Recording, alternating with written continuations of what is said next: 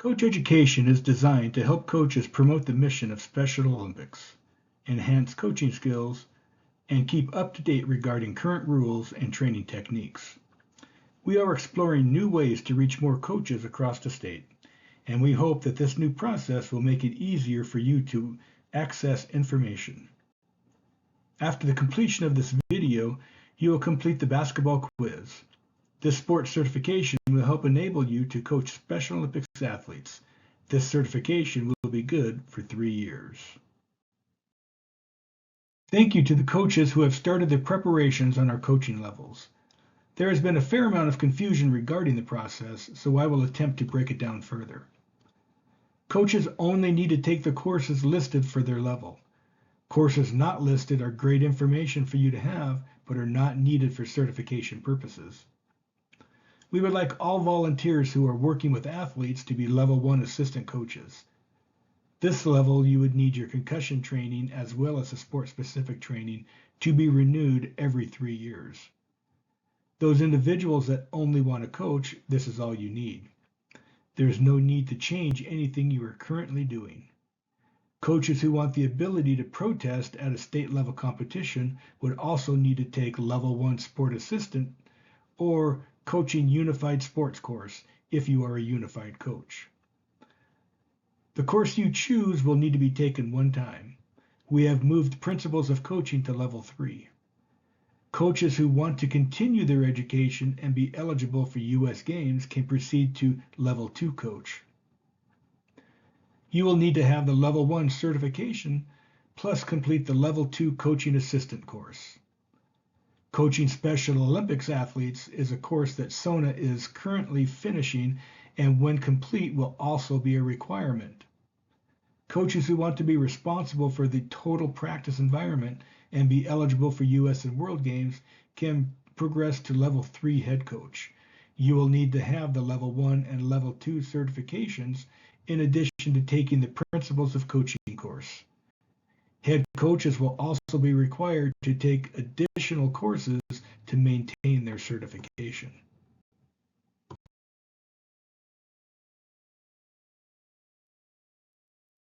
On this slide, we are going to talk about the 2024 State Basketball Roster and Registration Form. This form is able to be fully uploadable by GMS, and we are going to ask each delegation to submit this roster electronically. If you run into any issues during this process, please reach out to me at bpolk@somt.org or utilize the registration form instruction sheet that accompanied the registration. You will notice some slight changes to some of the columns, but for the most part, this form is exactly what you are used to filling out. We must first open the state basketball registration form. Please do not change the formatting of the Excel spreadsheet. If you are saving it to your computer, please save the workbook in the same format that it is currently in. We'll start this process by getting contact information of the individual who is filling out this form. Name, email, and cell phone number in case we have questions regarding your roster. We will also need your delegation name. If the individual filling out this form will not be in attendance at the state basketball tournament in Helena, please include a coach email and a coach cell phone number of a coach who will be in attendance in case we need to reach out to your delegation during the tournament.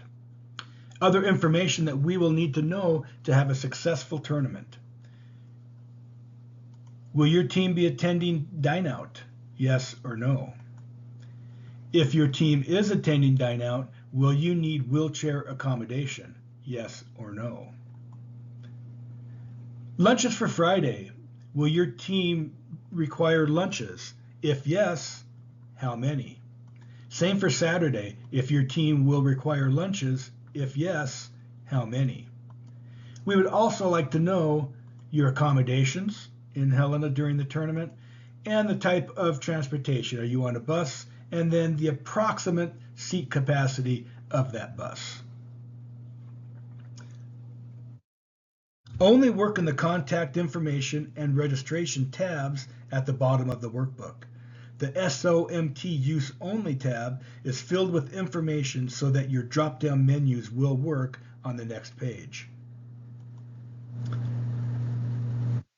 Columns coded blue are due to the state office by September 27th.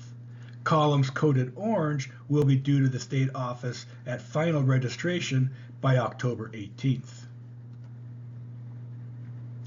The registration form is set up so that when you click on a cell in the delegation, role, event, and modification columns, you will get a drop-down menu. You must use the drop-down menu. Please do not enter information in these columns manually. When you click on a cell, a small arrow will appear. Click on this arrow and scroll to your menu choice. For delegation, you'll want to choose your delegation name. You will only need to do this for the first person within your delegation. You do not need to do this for each of the members of your delegation going forward. In role, we will need to select the role for each participant. With this column, we will need to use the drop-down menu each time. First name, last name columns. Please enter the first and last names of all participants. Please do not use nicknames, and it is critical that we have accurate spelling. GMS has an issue with nicknames and misspellings. We will also need to have gender of each participant. Again, each column in blue is due to the state office by September 27th. When we are filling out final registration, all columns in orange.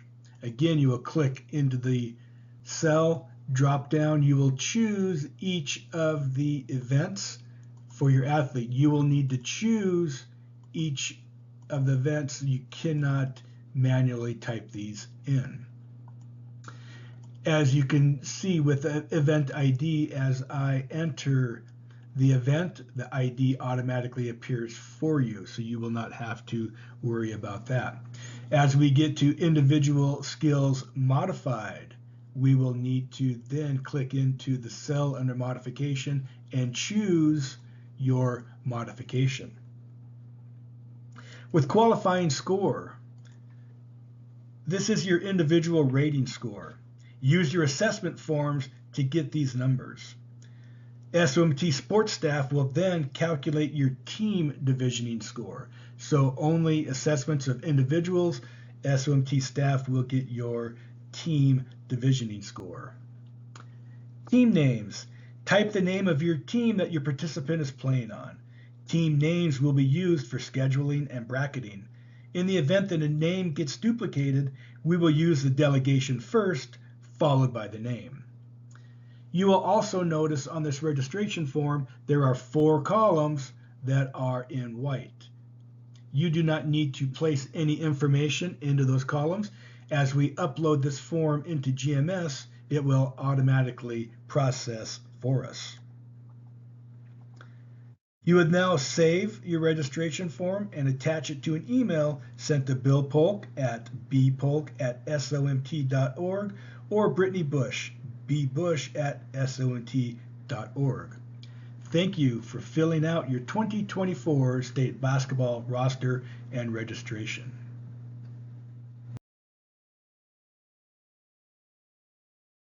The role of the coach is multidimensional, complex, and challenging. It is also one of the most rewarding aspects of being involved in sport. The coach facilitates the athletes to engage in sport with peers, opponents, supporters, and to encourage themselves to improve. Coaches must take on numerous roles as they engage with athletes, family members, officials, and other stakeholders. Roles can range from teacher to advisor, mentor to motivator, all of which are important roles supporting the athlete.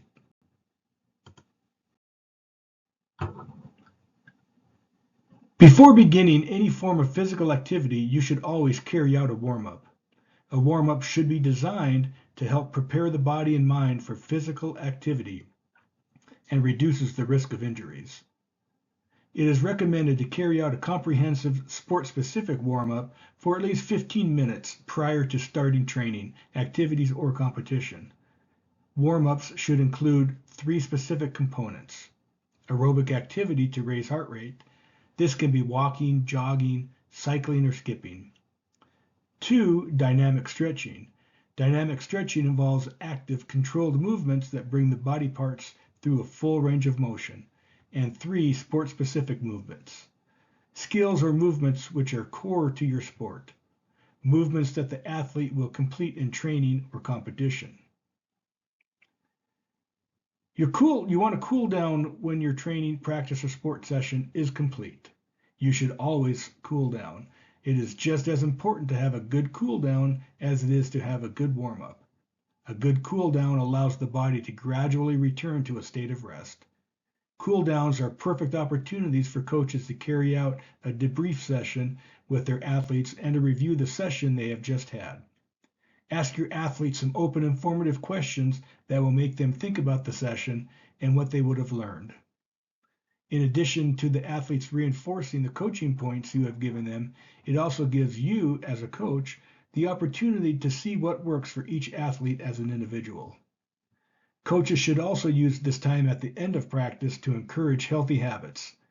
Educate athletes on the importance of staying active and eating healthy outside of practice.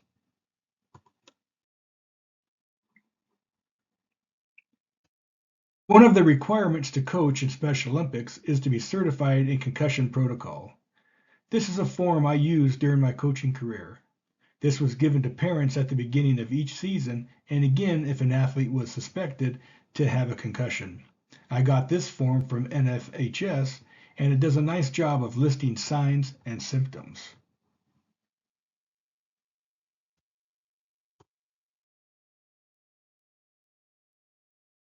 We are going to spend some time on the components of basketball and some drills that may help you during practice. We will begin with dribbling. For each of the components discussed, there will be a faults and fixes page to look at as well.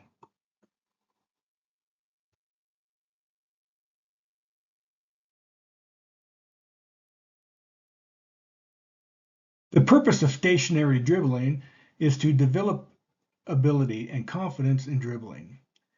Teach athletes that once they catch a ball they have been dribbling, they must pass it.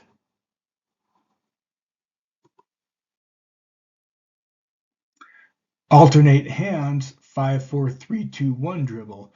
The purpose of this drill is to practice switching dribbling hands and developing body and ball awareness as the ball shifts from side to side.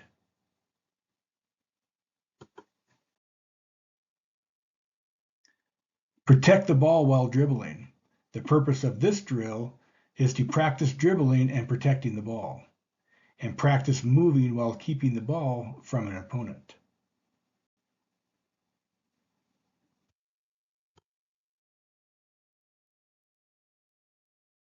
Faults and fixes for shooting.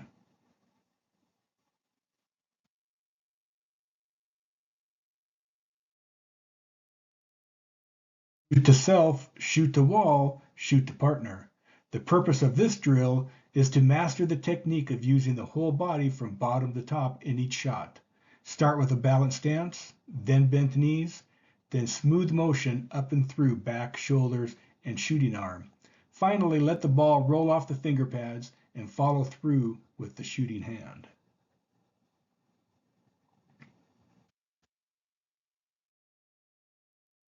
Layup. For lower ability athletes, a step leading to a 2-foot takeoff gives more power and body control. Once the motion and shot can be performed, practice approaching the layup from a walking dribble, from a running dribble, and finally from receiving a pass.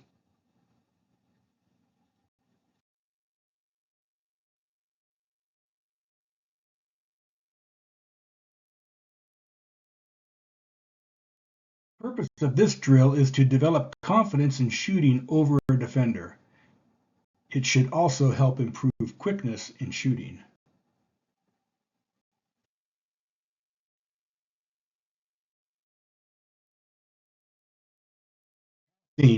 Faults and fixes.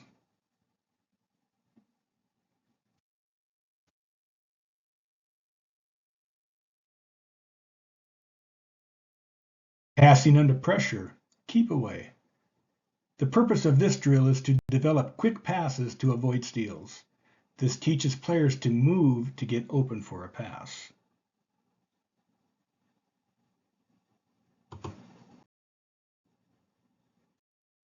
Two-on-two in the backcourt. This drill can be made more challenging when it is 2-on-2 in the backcourt. The offense is challenged to move more effectively to get open as well as to advance the ball. As the skill level increases, the defenders can try to score after a steal. The offense attempts to recover and defend. The drill now becomes a transition drill as well as a skill drill.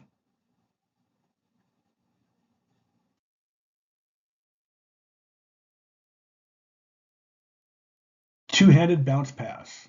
For athletes with lower ability, mark a spot on the floor that is halfway between two athletes facing each other.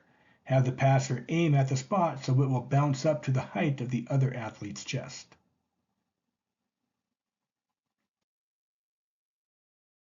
Rebounding is the most challenging of the basic skills because it involves positioning, tracking, timing, jumping, catching, and balance.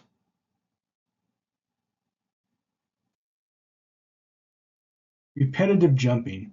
The purpose of this drill is to practice maintaining balance between jumps, building endurance for repeated rebound attempts.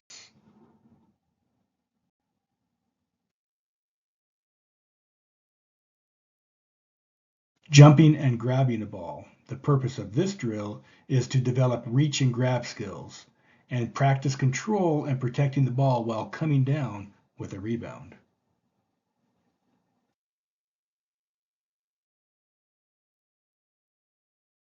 Rebounding a tossed ball. The purpose of this drill is a progression of skills necessary for rebounding, from jumping through boxing out an opponent, and game simulation helps put skills into a competition context.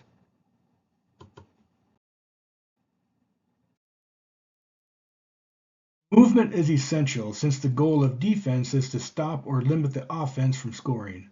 Work both man-to-man and zone defenses so athletes know different strategies for different situations. Ike like Mike is a defense skill building drill. Athletes will spread out in the gym at least arm's length from one another. All athletes will move in the same way and in the same direction as the leader. The coach can also point direction of the movement and say key words as athletes follow the leader. Now the leader defends a player who has a basketball. All athletes will move in the same way and in the same direction as the leader. The goal for each athlete is to do cued footwork skills, not getting caught off balance 3 times in a row. 3 times equals 1 point. The first athlete to accumulate 5 points becomes the next leader.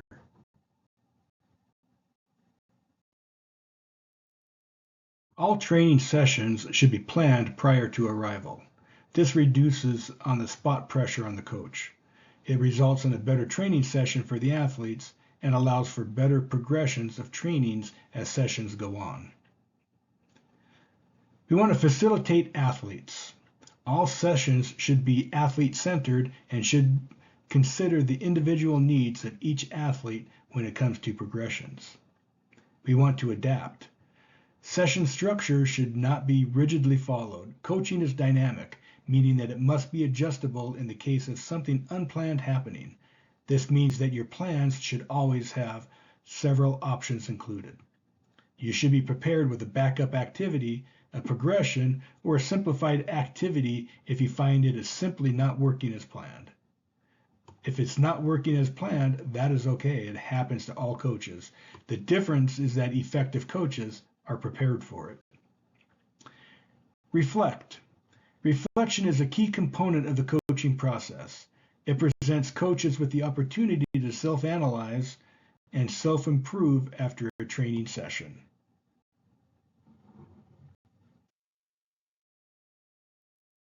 Team and individual assessment.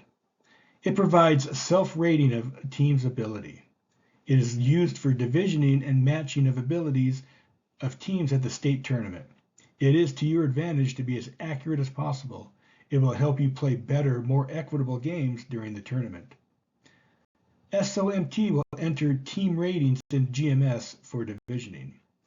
You will rate your athlete based on what they can do for each category, not how you think they would rate against a defense.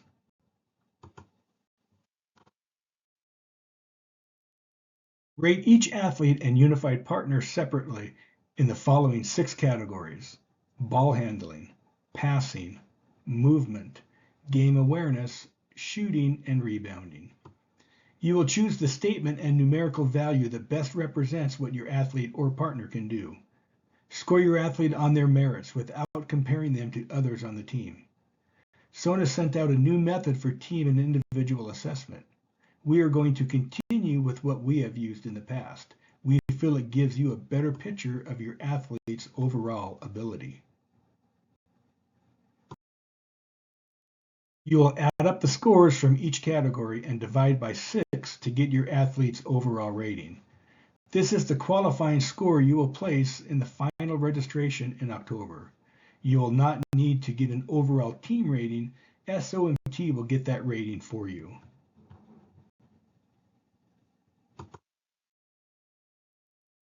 Your player ratings will help us accurately division and set up a good tourney with fair and equal competition. Competition on Friday will be a round-robin tourney to determine seeds for a seeded tourney to be held on Saturday. Teams may be moved from any pool throughout the pool play process in order to maintain a competitive balance. The divisioning committee reserves the right to adjust the divisioning prior to the medal round. Every effort will be made to guarantee the integrity of the games and divisioning process. The ultimate goal of the committee is to select divisions with teams of similar ability. Divisions with 6 or more equal teams will be divided into pools. Pools will cross for a seeded tournament on Saturday, giving teams an opportunity to play different opponents while rewarding the team that won their pool. Medals will be awarded from pools, not the division. The decision of the committee is final and may not be appealed or protested. Additional and unified player development 5-on-5.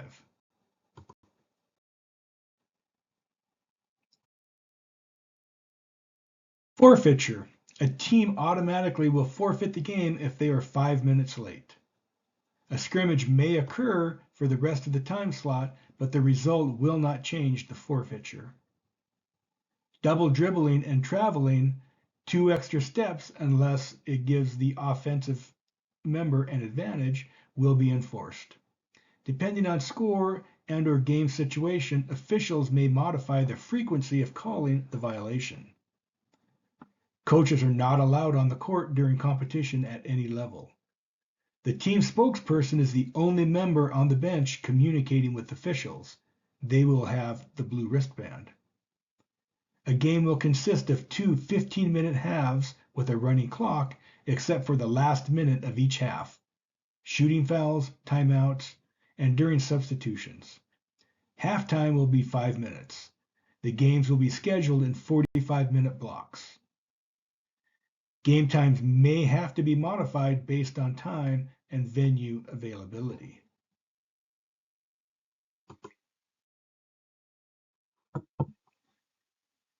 If a game is tied at the end of regulation, a 1-minute overtime period will occur. The clock will be stopped on all dead balls, foul shots, and timeouts. If the game is still tied after the 1-minute period, the game will be decided by the team that scores the next basket. Sudden death. Untimed period will occur following a 1-minute break. A substituting player must notify the scorekeeper and wait for the referee's signal before entering the game. Substitutions will only be made during dead balls. Free throw attempts will be awarded if fouled on the shot or when the opposing team has committed its 7th foul in each half. There may be only 4 defensive and 2 offensive players permitted on the marked spaces during free throws, with the spaces closest to the free throw line remaining vacant. 2 free throws are awarded non-shooting on and after the 7th team foul. The clock will stop on the first free throw and begin again when the shooter receives the ball for the second free throw.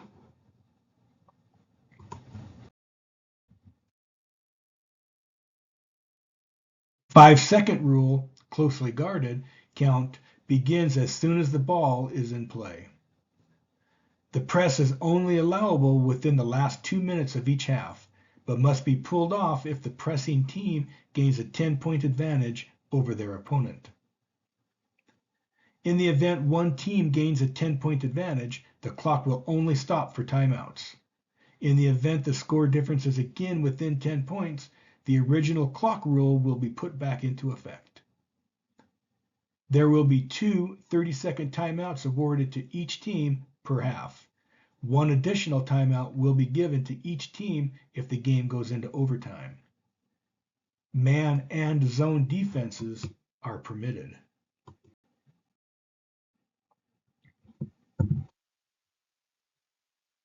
In unified player development, when done well, is one of the best showcases in sport.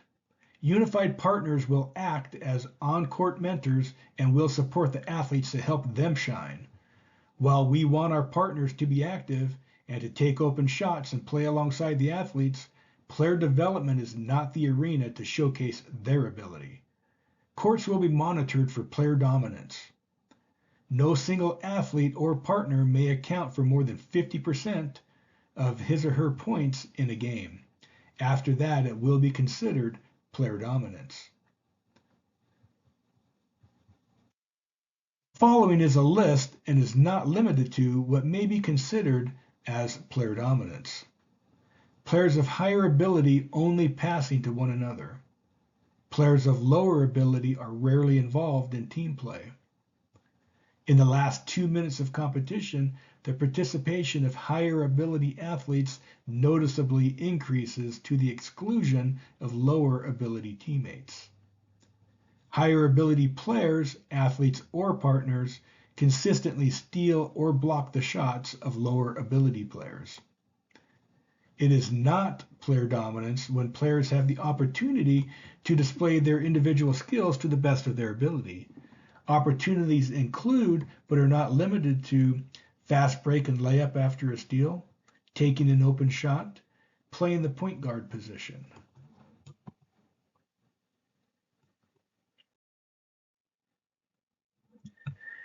When bringing a ball down court, the mentor can accompany the athlete and provide instruction, but the athlete must be the person advancing the ball. Partners are allowed to play the game and they can also shoot. It is not the responsibility of the officials on the court to monitor and determine meaningful involvement. It is the responsibility of the coach to do so. Only athletes can be replaced by athletes, and partners can only be replaced by partners. The principles of meaningful involvement must be followed at all times. Officials will not recognize general persons agreements between coaches.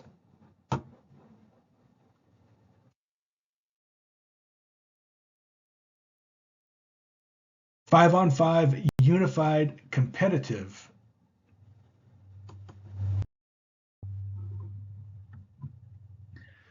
The goal of the competitive model is to provide meaningful competition to all athletes and unified partners involved, with limited modifications to the rules. All athletes and/or unified partners should be involved in meaningful competition and must enter the game in both halves. Failure to play all athletes and/or unified partners may subject the team to forfeiture or formal protest by the opposing team. In the competitive model, athletes and unified partners on a team will have approximately the same skill level, and because of that, competition will have limited rule modifications. There are no limitations on athletes or partners. Meaningful involvement will be enforced, however. For in-game rules, we will refer to the general 5-on-5 team competition rules. The competitive model divisions will be labeled on the division report and schedule that is released pre-game. If any member of the team is under the age of 22, the variance between the youngest and oldest player can be up to 5 years. If all members of the team are over the age of 22, the variance between the youngest and oldest player can be up to 20 years.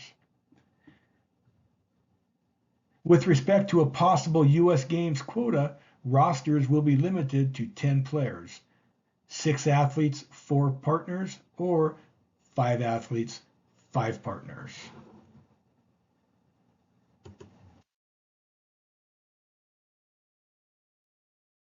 A team will automatically forfeit the game if they are 5 minutes late. A scrimmage may occur for the rest of the time slot, but the result will not change the forfeiture. Double dribbling and traveling will be enforced. Coaches are not allowed on the court during competition at any level. The team spokesperson is the only member of the bench communicating with officials, and they will have a blue wristband. A game will consist of 2 15-minute halves with a running clock, except for the last minute of each half, shooting fouls, timeouts, and during substitutions. Halftime will be 5 minutes, and games will be scheduled in a 45-minute block. Game times may be modified based on time and venue availability.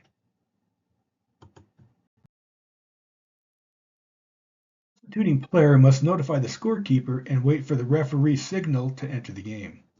Substitutions will only be made during dead ball situations.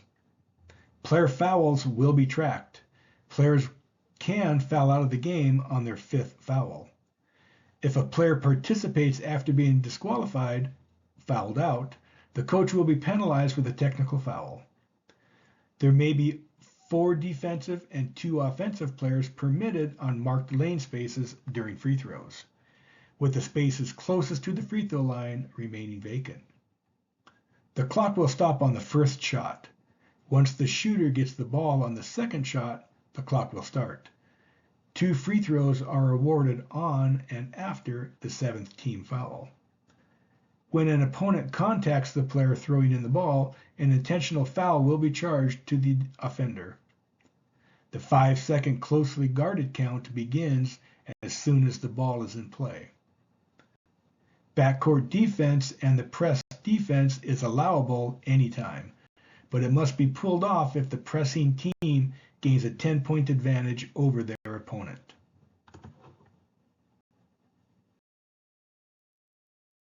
In the event one team gains a 10-point advantage, the clock will only stop for timeouts.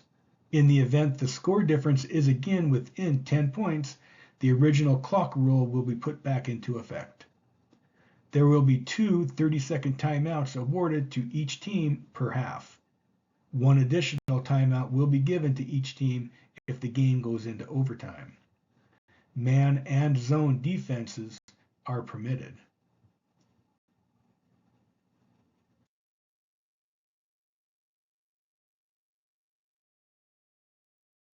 Team distribution. There must be 2 unified partners and 3 athletes on the floor at all times. Each team shall have a non-playing coach who is responsible for the lineup and conduct of the team during competition. Only athletes can be replaced by athletes, and only partners can be replaced by partners. Principles of meaningful involvement must be followed at all times. If a team elects to place restrictions on their players, this is a coaching philosophy. This coaching philosophy and style of play does not need to be followed by the opposing team. 3-on-3 competition.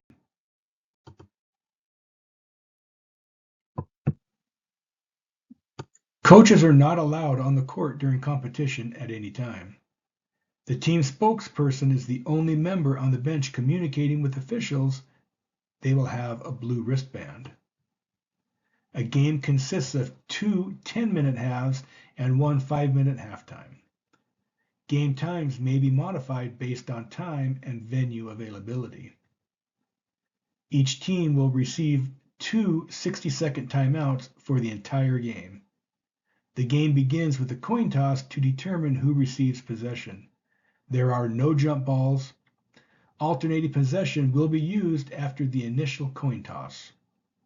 There will be a running clock until the final minute of regulation play. During the final minute, the clock will stop for all dead ball situations. If a game is tied at the end of regulation, a 1-minute overtime period will occur.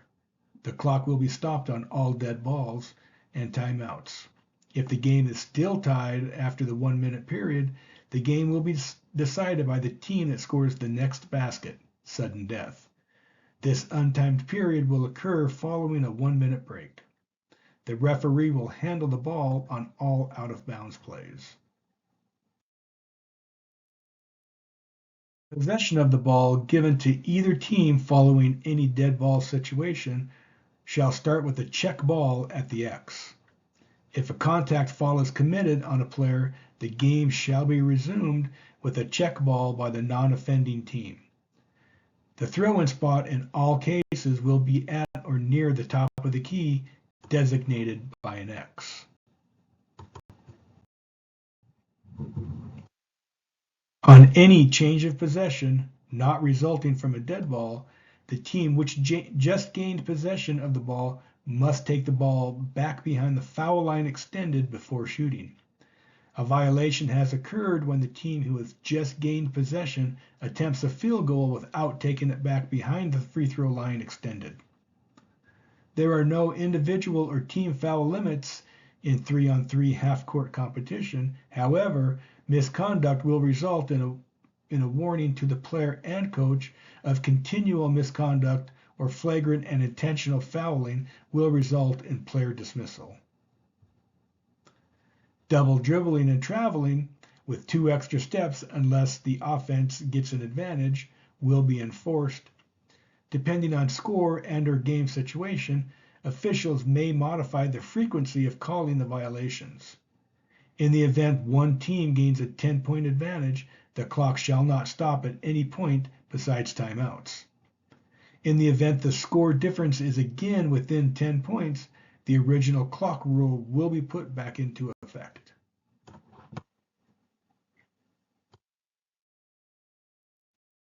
In unified player development, when done well, it is one of the best showcases in sport. Unified partners will act as on-court mentors and will support the athletes to help them shine. While we want our partners to be active, to take open shots, and to play alongside the athletes, player development is not the arena to showcase their ability. Courts will be monitored for player dominance. No single athlete or partner may account for more than 50% of his or her points in a game. After that, it will be considered player dominance. The following is a list, but is not limited to, what may be considered player dominance. Players of higher ability only passing to one another. Players of lower ability are rarely involved in team play. In the last 2 minutes of competition, the participation of higher ability athletes noticeably increases to the exclusion of lower ability teammates. Higher ability players, athletes, or partners consistently steal or block the shots of lower ability players. It is not player dominance when players have the opportunity to display their individual skills to the best of their ability. These opportunities include, but are not limited to, a fast break and layup after a steal, open shots, playing the point guard position. There must be one unified partner and 2 athletes on the floor at all times. Each team shall have a non-playing coach responsible for the lineup and conduct of the team during competition. Only athletes can be replaced by athletes, and partners can only be replaced by partners. Principles of meaningful involvement must be followed at all times. If a team elects to place restrictions on their players, this is a coaching philosophy. This coaching philosophy and style of play does not need to be followed by the opposing team.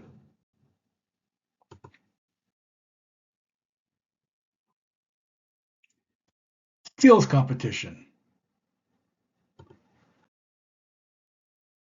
3 events make up Level 1 individual skills competition: target pass, 10-meter dribble, and spot shot. The athlete's final score is determined by adding together the scores achieved in each of these 3 events.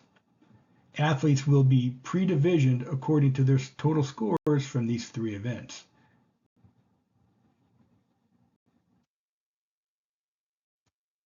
SOI added a 1.5-meter circle dribble, speed dribble, At this time, we will only implement this change.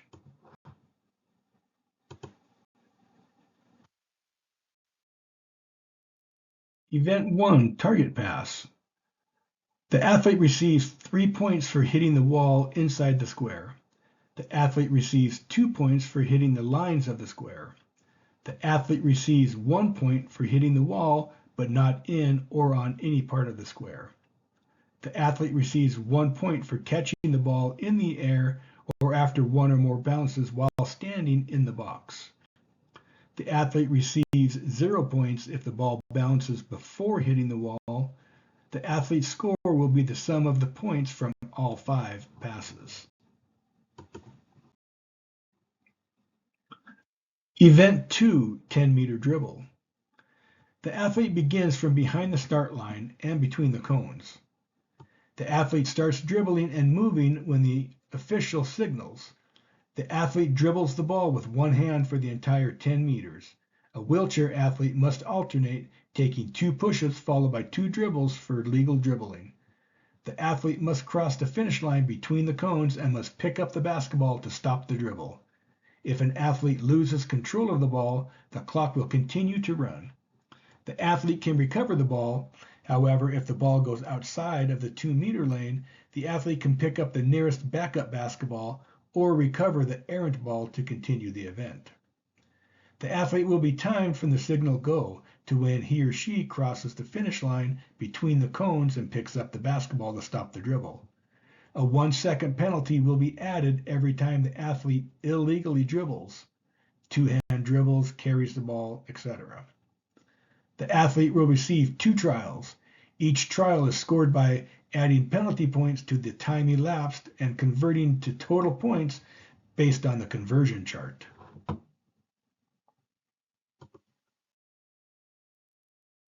Event number 3, spot shot. 6 spots are marked on the floor.